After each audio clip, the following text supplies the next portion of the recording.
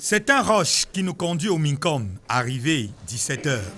L'antichambre bouillonne, où les journalistes peaufinent les questions. Derrière cette porte capitonnée, le ministre aussi est affairé à travailler son sujet. L'instant est grave, magique même. C'est la première sortie du porte-parole du gouvernement depuis le grand dialogue national. Ceux qui auront l'honneur de capter l'exclusivité se laissent aller aux photos dans ce sanctuaire, le sein des saints du ministère, le cabinet, jusqu'à ce que tout s'emballe par cette énième entrée en scène du chef de division, l'homme qui murmure à l'oreille du ministre. Est-ce qu'il faut nécessairement reprendre toutes les 4 questions?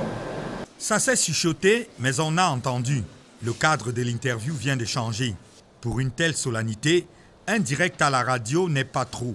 Un bureau ministériel devient du coup une cabine de maquillage. 5 minutes avant que René Sadi ne s'engouffre dans l'ascenseur, retrouver son cortège sous la bruine du début du week-end. La radio est à un jet de pierre. Le studio, déjà prêt. D'ailleurs, le journal a même démarré. Tout naturellement, le ministre s'intègre au dispositif par les thématiques. D'abord, le grand dialogue national. M. Tangana, je crois que de l'avis de tous les concitoyens de bonne foi, et même de l'avis de nombreux observateurs étrangers, le grand dialogue national, organisé à l'heureuse initiative du président de la République, son Excellence Péguia, a été un grand moment de la vie nationale et un franc succès.